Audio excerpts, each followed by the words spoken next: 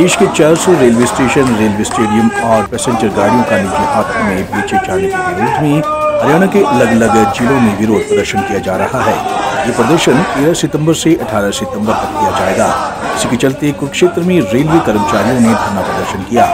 Railway कर्मचारी union का कहना है कि कर्मचारियों ने गर्मी सर्दी हर मौसम में अपना काम पूरी जिम्मेदारी से किया है, लेकिन बदले में सरकार से मूलभूत सुविधाएं देने के लिए प्रदर्शन का सहारा लेना पड़ रहा है।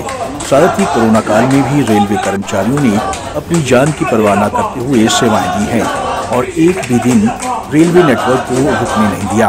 यहाँ तक कि कोरोना की दूसरी लहर के बीच भी रेलवे ने ऑक्सीजन पहुँचाने का काम किया है। प्रदर्शन चल रहा है, विरोध प्रदर्शन चल रहा है, वो निजीकरण के विरोध में चल रहा है। सरकार की जो दमनकारी नीति है कि सार्वजनिक क्षेत्र के जितने भी उपक्रम है, खासकर रेलवे को निजीकरण के हाथों में, प्राइवेट हाथों में सौंपा जा रहा है, जिससे कहीं ना कहीं उसके दूरगामी प्रभाव होंगे और कहीं ना कहीं कर्मचारियों का हित भी उसमें लगा है।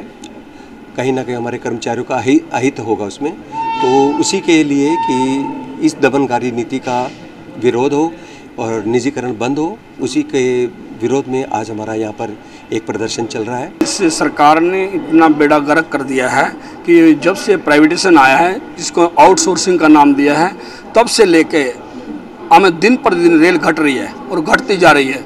इसमें हमारे केंद्रीय कार्यकारिणी के जो माननीय रघुवैया जी हैं, उन्होंने ये फैसला लिया मजबूर होकर के कि अब हमें प्रोटेस्ट करना पड़ेगा। फिर हमने भिन्न भिन्न स्टेशनों पे अपना प्रोटेस्ट कर रहे हैं, जैसे पहले पानीपत में किया, फिर करनाल में, अब कुरुक्षेत्र में, कल हम सोनीपत में करेंगे। और बड़े दुखी हो गए, आहत हो गए हैं, जब ऐसे आहत हो गए हैं कि अब महसूस होता है कि हमें चक्का जाम करना पड़ेगा और जैसे केंद्रीय कार्यकारिणी का हमें कोई निर्देश आदेश होगा, हम चक्का जाम करेंगे।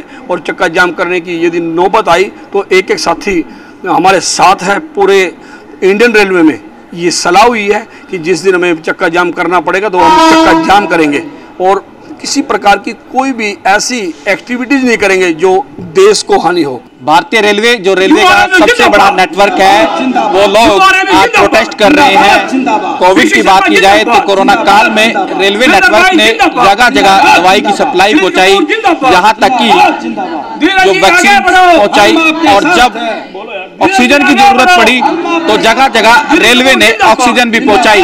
आज वही रेलवे एम्प्लॉइज बैठकर प्रोटेस्ट कर रहा है।